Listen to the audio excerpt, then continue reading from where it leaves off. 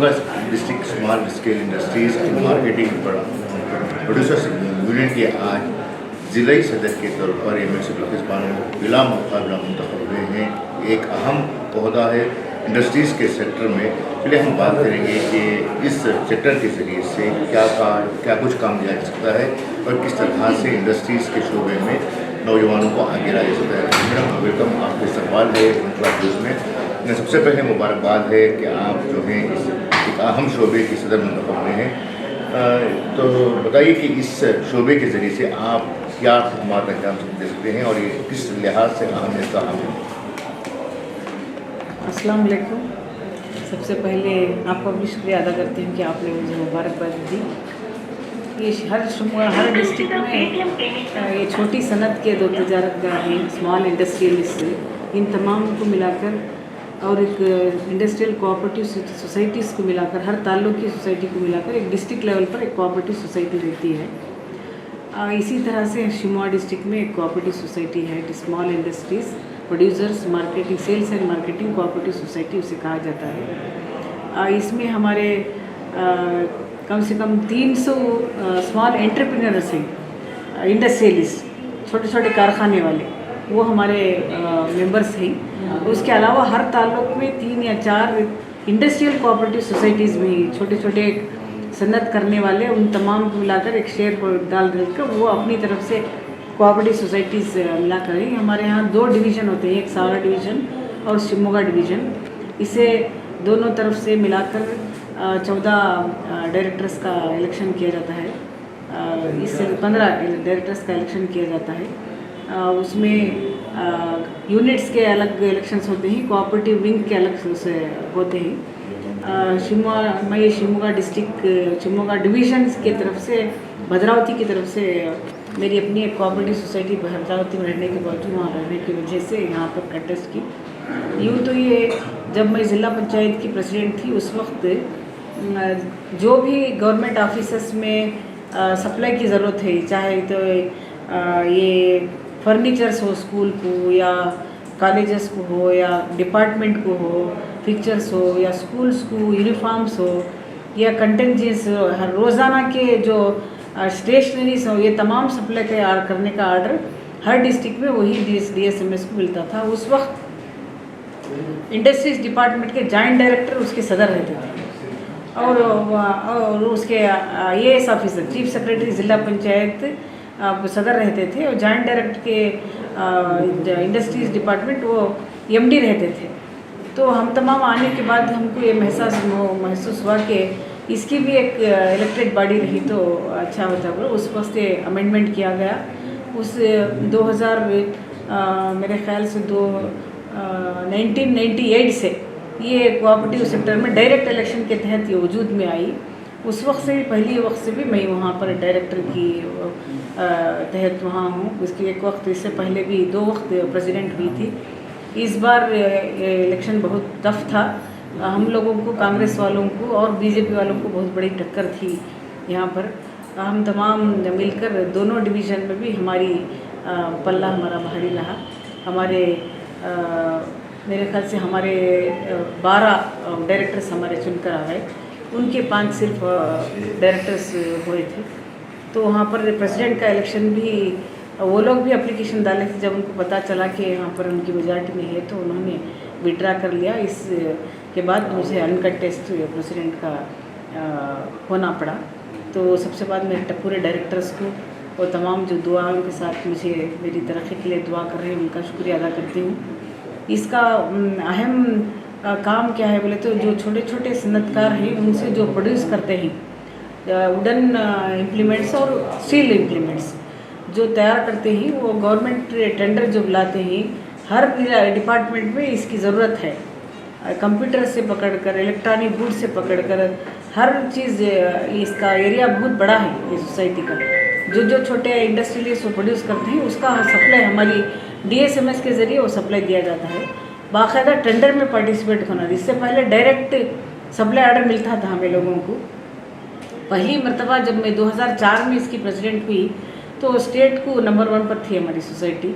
इसके लिए मैंने ज़िला पंचायत के प्रेसिडेंट होते वक्त की अपनी ख़ास बिल्डिंग भी बनाकर वहाँ पर एक CA साइट देने के बाद बिल्डिंग भी बनाए थे, वहाँ पर मार्केटिंग भी चल रही है।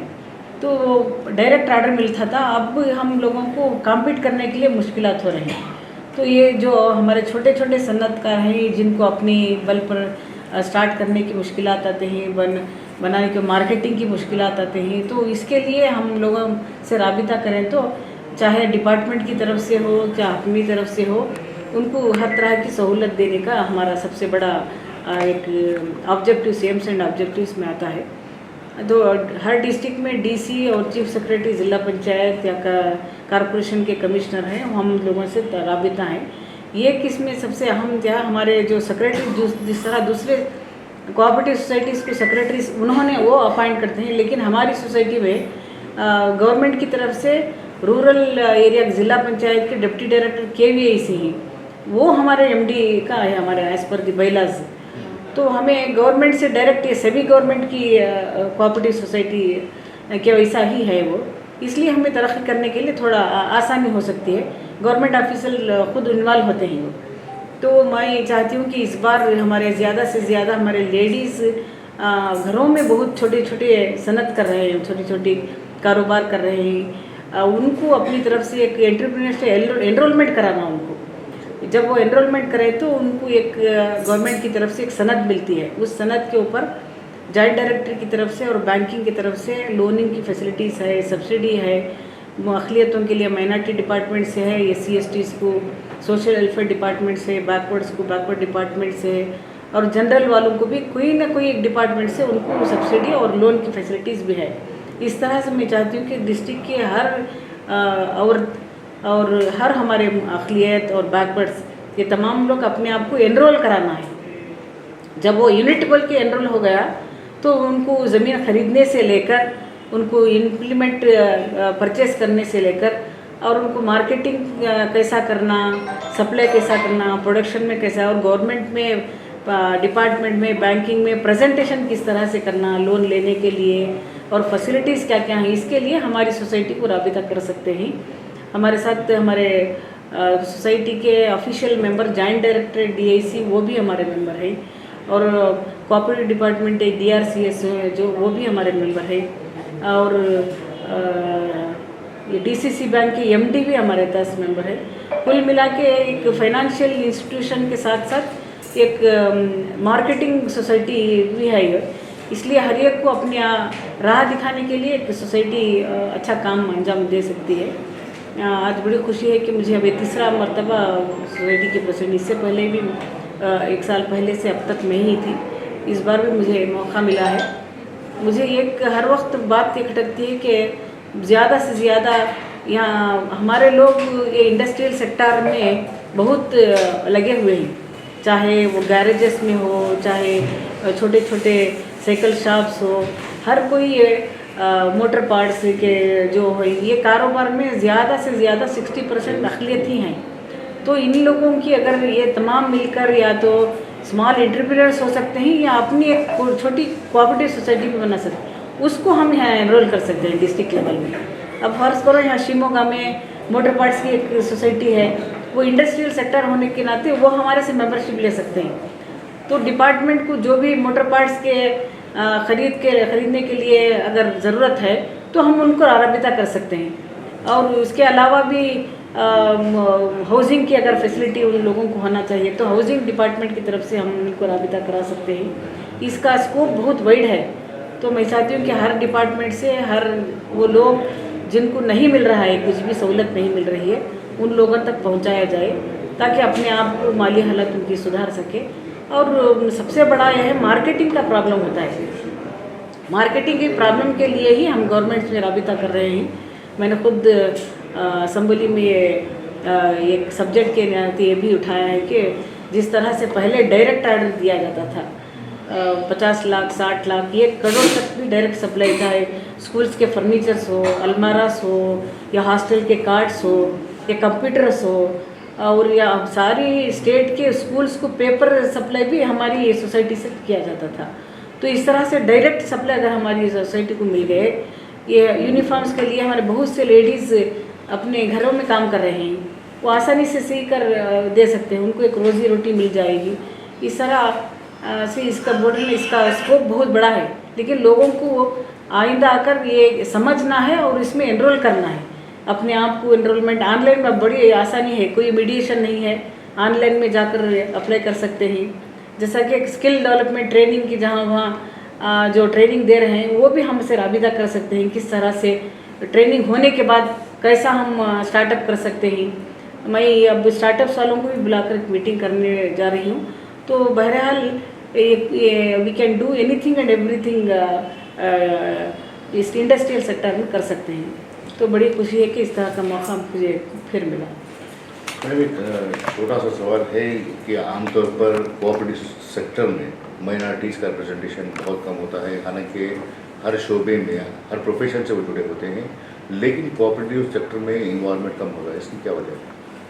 देखिए, हमारे लोगों को थोड़ा बहुत हर चीज़ की का रिज़ल्ट बहुत जल्द चाहते हैं। वो ये कोऑपरेटिव सोसाइटीज़ में लोन लेने के लिए, कर्जा लेने के लिए ये एक प्रोसेस होता है। पहले वो शेयर मेंबर डालना चाहिए, उसके बाद 6 मंथ्स उनको मेंबरशिप का पीरियड होता है। आफ्टर 6 मंथ्स उन कोई ना कोई प्रपोज करना चाहिए, डायरेक्टर हो या कोई उनके बैला के तहत उनको प्रपोज करना चाहिए। वो बात बोर्ड मीटिंग में जाता है। ये टेक्स एक 3 महीने का फासला है, तो ये सब्र करना भी ज़रूरत है। और इसके अलावा भी हमारी शराशरियत के तहत भी ये कोऑपरेटिव सेक्टर एक बेहतरीन तरीक़े से हम कर सकते हैं। जैसा कि हमारे दावणगेरे में एक बहुत अच्छी एक 2-4 दिन पहले एक नौजवान आए थे मेरे पास, शरीयत के तहत वहाँ पर कोऑपरेटिव चला रहे हैं।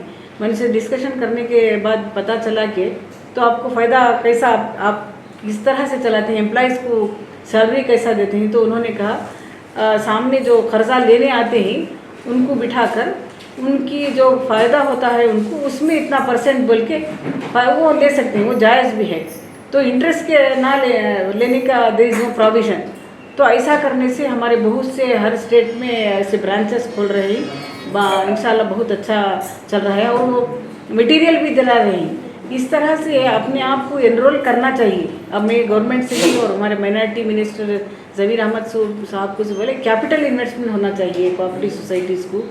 सिर्फ शेयर से कुछ नहीं होता। शेयर क्या 1000 से 500 से 1000 रुपये होता है।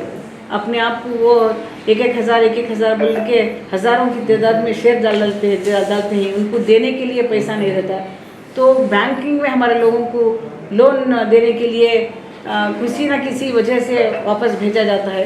तो मैं चाहती हूँ इसके लिए कैपिटल होना चाहिए। तो प्रोविज़न भी है वो as per the cooperative act, government से भी पहले से भी थे वो, अभी तक मूवमेंट कहीं नहीं हुआ था।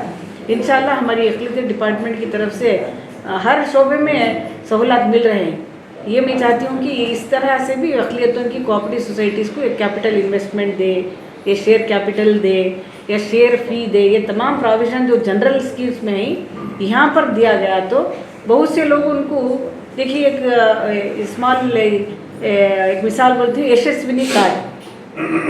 बहुत से हमारे अब इंडस्ट्रियल सेक्टर के ही लोग, ये गैरेजेस में हो या कोई छोटी मोटी सनत करने वाले BPL कार्ड रहता है, उनका हॉस्पिटल में जाकर एडमिट होते हैं, उनके पास हेल्थ कार्ड नहीं होता। तो अगर एक कोऑपरेटिव सेक्टर में है तो उनकी सिर्फ उनकी मेंबरशिप की वजह से उनको एक कार्ड मुहैया किया जाता है। उसमें देयर इज़ नो लिमिट। पहले 5 लाख का था, अब 15 लाख तक उनको गवर्नमेंट की तरफ से सहूलत है। ये अगर हासिल करना चाहते हैं तो हर एक को कोऑपरेटिव सेक्टर में जुड़ना चाहिए, एनरोल करना चाहिए। अभी सुबह में DRCS से बैठकर बात करी। हमारी हाशिमोगा में क्रेडिट कोऑपरेटिव सोसाइटी है, हमदर्द क्रेडिट कोऑपरेटिव सोसाइटी, बहुत बेहतरीन नमूने से चल रही है। तो इस तरह से हर ताल्लुक में होना चाहिए। थोड़ा सब्र से काम लिए तो इंशाल्लाह हो सकता है, उनको भी सहूलत हो सकती है। और ये सेक्टर में देखिए आप कितने बड़े बड़े फेडरेशन है, नेशनल लेवल तक कोऑपरेटिव फेडरेशन है। जब हम सारी स्टेट का या डिस्ट्रिक्ट का हम जायज़ा लें तो हमारा परसेंटेज बहुत कम है, इसलिए कि वो आकर एनरोल नहीं हो सकते। हेल्थ का सबसे बड़ा इतना ख़र्चा आ रहा है लोगों को, जाकर किसी के पास ऐसा ही पूछते हैं, लेकिन गवर्नमेंट में जो सहूलत है वो कार्ड बनाकर लेने के लिए उनको फुर्सत नहीं है। तो मैं चाहती हूँ कि पहले शेयर कोई ना कोई सोसाइटी में शेयर फ़ी लेकर शेयर लें, उसके बाद और यशस्विनी कार्ड में उनको एक हेल्थ कार्ड करें तो हर बीमारी का इलाज भी वहाँ मुफ्त हो सकता है। ये थे बलखिस बानो मैडम जिन्होंने कहा है कि कोऑपरेटिव सेक्टर में माइनॉरिटीज़ को आगे आना चाहिए, क्योंकि एक बहुत बड़ा शोबा है, यहाँ से बहुत सारे तरक्याती काम मुमकिन है और हुकूमत की जानिब से मिलने वाली सहूलियात से भी इस्तेफादा किया जा सकता है। कैमरा पर्सन इम्तियाज़ के साथ मुदस्सिर अहमद, शुभ